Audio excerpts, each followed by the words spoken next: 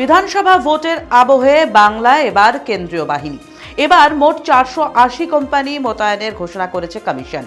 আগামী 1 মার্চ থেকে প্রথম ধাপে মোট 240 কোম্পানি বাহিনী মোতায়েন করা হবে, যার মধ্যে 110 সিআরপিএফ, 55 বিএসএফ, 21 সিআইএসএফ, 27 আইটিবিপি এবং 27 এসএসবি কোম্পানি থাকবে। প্রতিটি কোম্পানিতে কমপক্ষে 72 জন জওয়ান থাকবে। এক নজরে দেখে নিন কোন জেলায় কত বাহিনী মোতায়েন করেছে নির্বাচন কমিশন।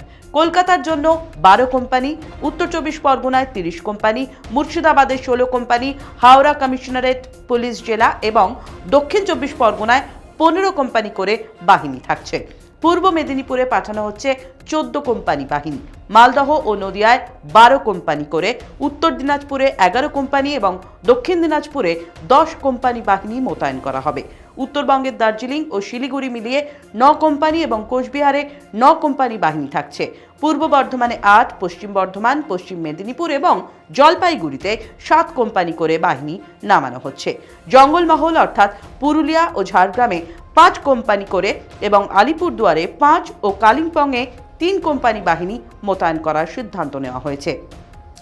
পরে 10ই মার্চের মধ্যে আরও 240 কোম্পানি পাঠানো হবে। ভোটের আগে শান্তিপূর্ণ পরিবেশ নিশ্চিত করতেই রুটমার্চ ও এলাকা পরিদর্শনের জন্য বাহিনী মোতায়েন করা হচ্ছে। গত বিধানসভা নির্বাচনে রাজ্যে 1100 কোম্পানি মোতায়েন করা হয়েছিল।